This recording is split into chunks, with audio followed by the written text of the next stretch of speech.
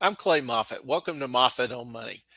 Not so whimsical look at the markets, finances, economy, investing, all sorts of different financial topics that are really aimed or geared toward you, trying to help you become better informed about certain complexities or little known aspects of the market, how to make yourself a better investor. We continue this time of our discussion on currency and crypto. Last time we gave a description as to why or what defines, I guess I should better say, what defines a currency. Um, and that's important for you to know. I covered it for a reason because that's really what Bitcoin is a currency. So being able to judge it as a currency helps you better understand whether or not it's going to have value going forward, whether or not it's something you want to possess or own going forward. Because Bitcoin is not an investment. It has no property, it has no buildings, it has no cash flows, no dividends, no interest. All the things that people look for in investment, Bitcoin doesn't possess those. It's nothing but a medium of exchange. And that's the key. Most or almost all of the current currencies that we're familiar with, particularly the dollar, the euro, the ruble, on down the line, have problems, have major problems. Bitcoin solves those. It does it better. It serves as a currency better. It fulfills the criteria we outlined last time of a currency better than anything else. That's why it has a future, a relatively bright future, I believe. As we talked last time, currency is essential for the economic engine to run smoothly, for it to grow, prosper. Um, so if money is not sound, if it's not commonly valued, if it's not fully scalable, then it's going to create problems in the economy. Now, people say, well, the dollar's relatively valued or commonly valued. Is it really? If we look at it increasingly, you've got Russia, China, um, Iran, countries in the Middle East, maybe even some European countries that resent or don't want the dollar used as the international reserve currency. And by reserve currency, I just mean the international currency of business. For the past 75 years at least, you've been able to go anywhere in the world and do business in the dollar. That's kind of falling apart in a lot of areas. Russia, for example, now only does business in the ruble. China wants business denominated in its currency of the ruble or the euro.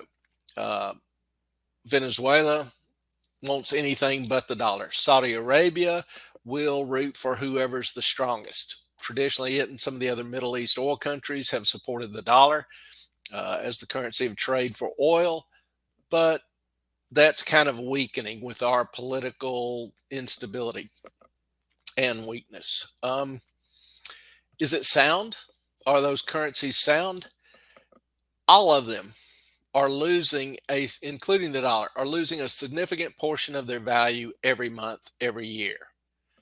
So if inflation is 10%, what you used to buy for a dollar, now you can only buy 90 cents worth. In another year, it'll be 80 or 79 cents. So it's very destructive. Inflation is a very destructive, uh, what can I call, force on people's lives, particularly the poor and the middle class.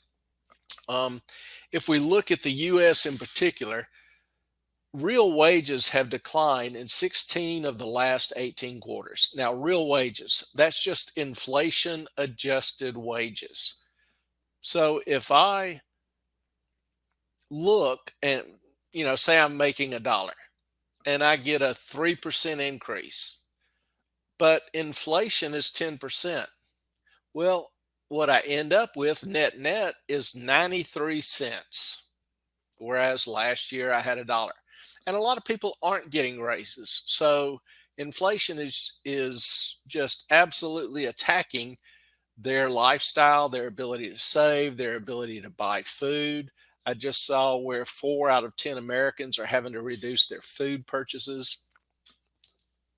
That's that's almost unheard of in this country. Housing prices. Remember, I talked about the little old redheaded lady uh, who lost her husband in the Korean War in the 50s. Well, she, back then, her $10,000 death benefit could buy her three houses, three average houses. So about $3,000, $3,500 a house through the end of the 50s. The last time I checked a few weeks ago, the median home price in the U.S. was 430,000. That's an inflation rate of about 8% a year. So have your earnings gone up 8% a year? Do most people's earnings increase 8, 9, 10% a year? No. So they increasingly are falling behind in their ability to maintain their lifestyle. Things are getting more expensive, but their income's not increasing to keep with it. The average house right now is about 8 times the average income, which is the highest point in history.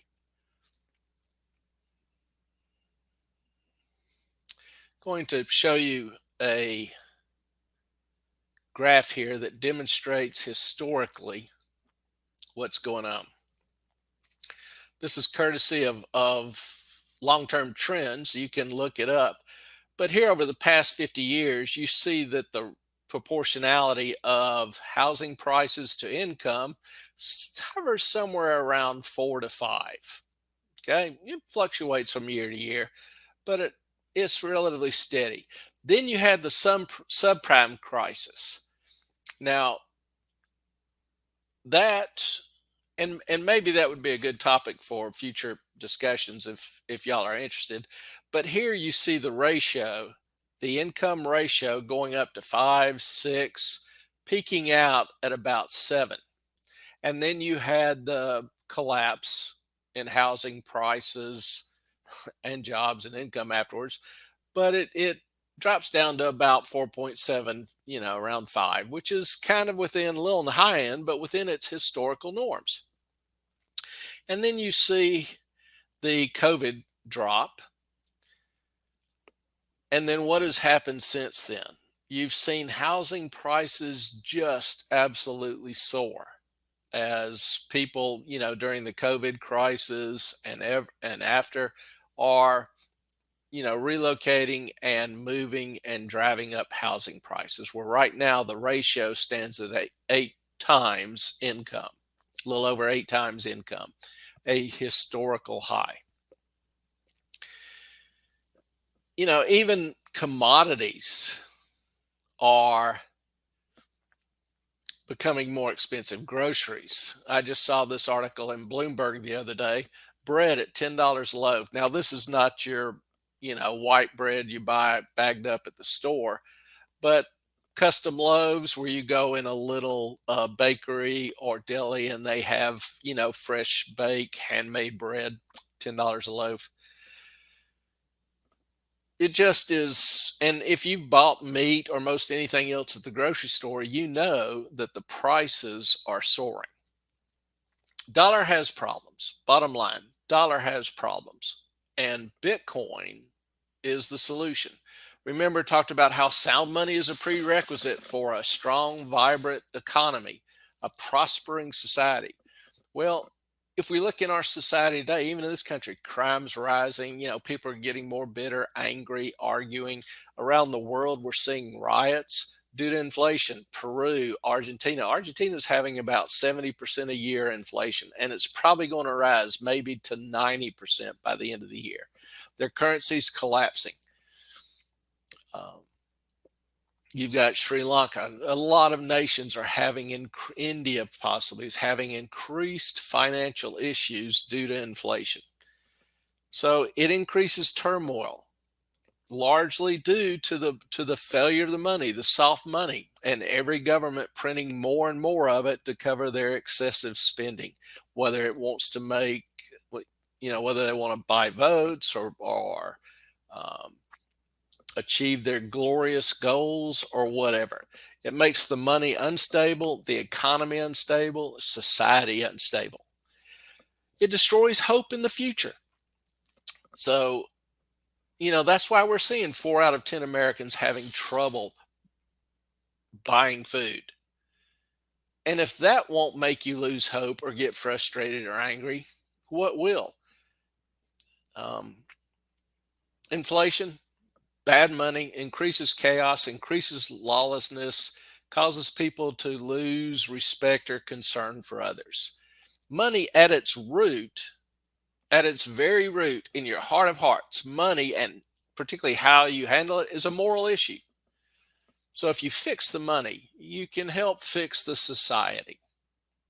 It's really, when you shuck it down to the cob, is that. Now, Bitcoin is the best currency because it does the currency kind of stuff better than anything else. Better than the dollar, better than the ruble, better than peso, whatever your currency is. Bitcoin is unique. You got to understand a little bit about Bitcoin. It is basically a computer ledger, like the old accounting ledger. Keeps a record of transactions. Well, this software, this algorithm, as we call it, is stable. Okay. It's been the same since its inception in 08, 09, 2008, 2009. It's known by everybody. It's publicly available. You can view it. You can download it and run it on your computer if you want to. It is decentralized, which is a huge reason why it's stable and safe. It's virtually impossible to hack because it's decentralized. No one person or agency controls Bitcoin.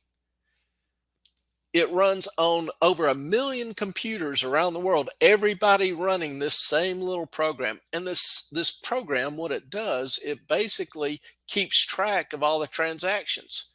So normally, if you're like a Bank of America or a huge bank, if somebody hacks into your database, they can change the transactions, they can download personal data, all this kind of stuff. Well, that's impossible with Bitcoin. Now, somebody can hack into one computer, sure. They can change that one computer, but they can't change 1 million computers at a time. And so if one computer changes, all the other computers in the system recognize that and discard that computer's ledger, throw it out. It has to re-download the current ledger and start over again.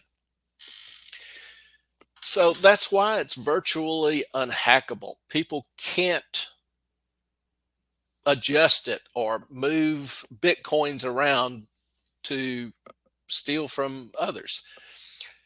In terms of safety, you've got a very, very secure password. Now, it's a long one. It's 32 digits, 28 to 32 digits, either letters or numbers.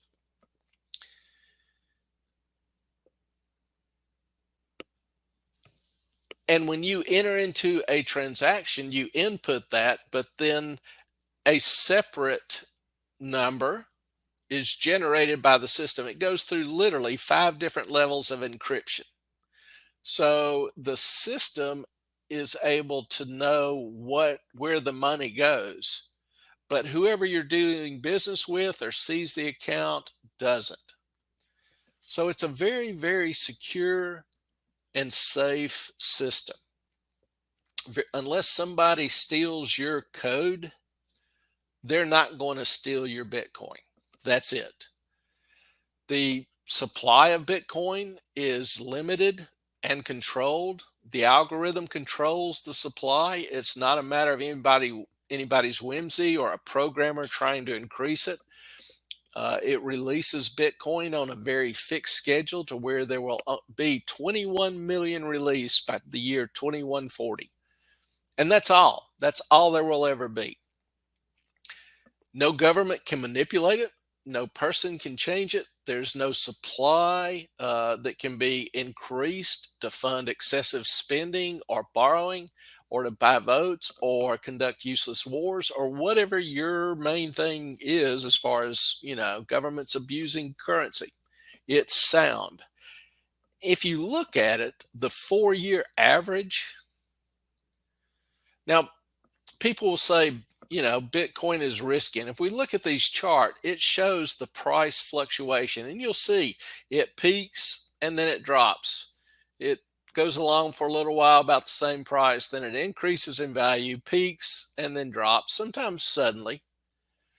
Peaks, drops, peaks, drops, peaks, drops. And here's where we are today. Price at about 22, 23,000. But if you look at this teal colored line, that's the average of it over a 3 or 4 year period. I believe this is a 4-year period. And you can tell that the growth in it, the price has been relatively stable and over a 3 or 4 year period hasn't dropped. So basically, if you buy it and hold on to it for a 3 or 4 year period, you're going to be ahead of the game, particularly if you buy it after severe drops. Now, as we go through, when we talk about Bitcoin being sound, being secure, being decentralized, impossible to hack, known internationally, commonly valued, all these criteria that it fits, it does it better than any other currency. And that really is the underlying, as more and more people understand that, Bitcoin has grown. The demand for it, as you can see from the graph, has grown. And what is to prevent that from continuing as people see it addressing their needs and their problems more efficiently, cleaner, simpler, better than anything else?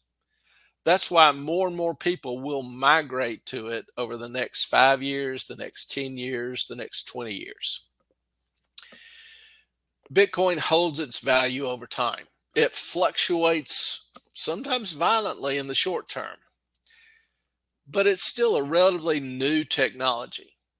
But if you look at it over 5, 10 years, when life has been hard, Bitcoin has gotten harder. It has, at most any point, held its value over several years.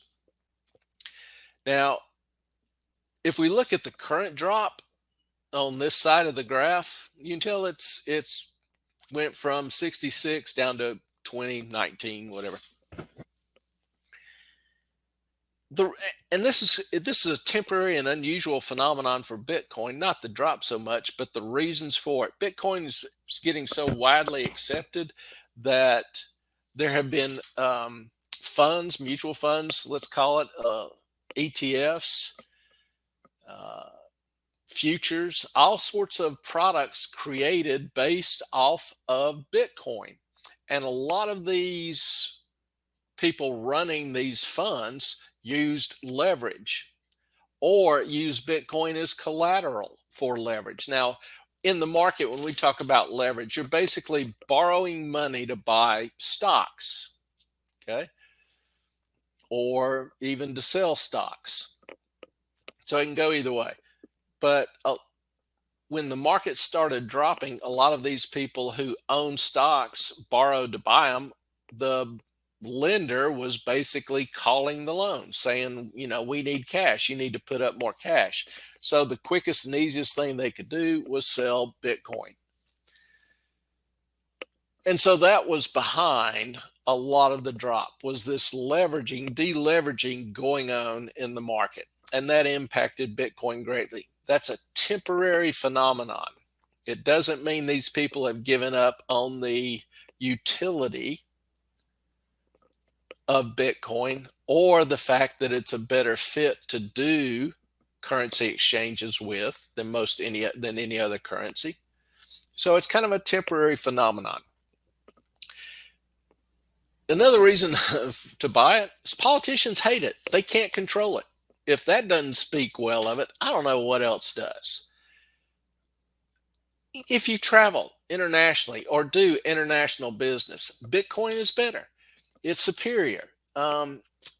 With the current international exchange system set up, if you are buying or importing or exporting, it may take a week or up to 2 weeks to settle your accounts, to get your money, to get your cash, because it has to go through several different third parties, banks, clearinghouses, whatever. And there are, of course, all the associated fees with it. Well, I was just looking at Bitcoin the other day, and there was a $200,000 exchange that went through. It was a $4 fee, took a couple of minutes. That's it. It's faster, safer, cheaper. What else do you want in a currency? And people who do business, who rely on money for their living, are looking at this and saying it's faster, it's cheaper, it's safer. Demand for it will continue to grow. Bitcoin is just superior. Now, some people mock Bitcoin as just digits. They talk about, there's nothing tangible to it. And I love this because they'll be speaking basically of, in comparison to the dollar, the US dollar. Well, what's the US dollar? It's just paper. Actually, it's linen. Okay. That's why it holds up in the wash, in case you were terribly curious. It's not really made out of paper, it's made out of cloth. But the dollar has been perceived of having value, great value. I mean, people will kill for it. Why? Because you can take that dollar and exchange it for anything else you want. Same now is true for Bitcoin, and it holds its value better. You can use Bitcoin on Amazon. You can use Bitcoin to exchange into currency anywhere in the world. So what makes it valuable? What ultimately makes the dollar valuable? Is it because you can take that dollar and go exchange it for gold? No. Well, you can buy gold with it, but people go, oh, it's got the full faith and credit of the US government behind it. How confident are you in the full faith and credit of the US government? A lot of people may have some issue with that. It's why Russia, China, a lot of, the Middle East, the oil countries, countries that do major trade are wanting to move away from the dollar. They don't have trust or confidence in it. Bitcoin solves problems. Okay. Particularly when you look and are familiar with the three characteristics of money. You want to know why Bitcoin's valuable? It's because it does a better job of meeting that three criteria than anything else. And Bitcoin is huge in the world. How huge? Well, if we look at this chart, here's basically where the first Bitcoin exchange was made, or started trading a little actively back in 2010. And then it kind of, goes on, not a whole lot of value. And then it starts increasing around 2015, 2016, to where, as of a year or two ago, a couple of years ago, in 2021, the total international value of it was $1.2 trillion. 1.2 trillion. Now that obviously has dropped, started coming back a little bit, but it's about 460 billion dollars. That's still pretty huge. So it has a vast, wide, and trusted international network. Bitcoin solves problems. Why is it in demand? Why was it in demand? It solves problems. It does nothing in secret. It doesn't make any promises that the software doesn't deliver 1,000 times a minute every day since its inception in 2009. The world has problems with the dollar and other currencies. Bitcoin's the solution. Demand for it will only grow going forward. I believe truly that it is the future of currency and currency exchange. If demand increases and the supply is fixed, then you can reasonably expect that at a minimum it would hold its value and likely will increase in value because more people want a sound currency. They want a currency that they can trust. They want to do exchanges that they can trust. And they don't want to have to go through banks, pay the fees, and give all their personal information to third parties, people they don't know how securely they will hold that personal information. Bitcoin, you don't need any personal information. The security is in the algorithm, the safety of the system. So you don't have to trust your tax number, your social security number, your personal information, your income, whatever, to Bitcoin. It's simply, if you want to enter in a transaction, it will check your account and see if you have the coins. It will then move those coins to the account you designate safely, simply, securely, quickly, and cheaply. So that's why Bitcoin has a future. And that's why I think the value of it will only increase over time as more and more people apply it to solve their problems. So, currency, Bitcoin. You have to understand one in order to appreciate the value of the other. Next time, we'll talk about investing in the stock market, which is kind of in the middle of a bear market now. It's had a couple of good weeks, but honestly think that's just what we call a dead cat bounce. You know how a dead cat kind of swells up after a few days and you can bounce it? Y'all ever try that? Anyway, dead cat bounce, that's a technical term, sort of. So I know that the market's risen lately, but there's the fundamentals in the country and around the rest of the world are still pretty much horrible. Jobs are collapsing. Job openings just came out today, dropped 1.5 million. So we'll take a look at the things going on in the stock market and try to get a better perspective of what's going on. I'll also start doing a few short videos, just a few minutes each, 5 minutes each, on current events or announcements, major economic announcements that are made during the day that are kind of critical to things going forward.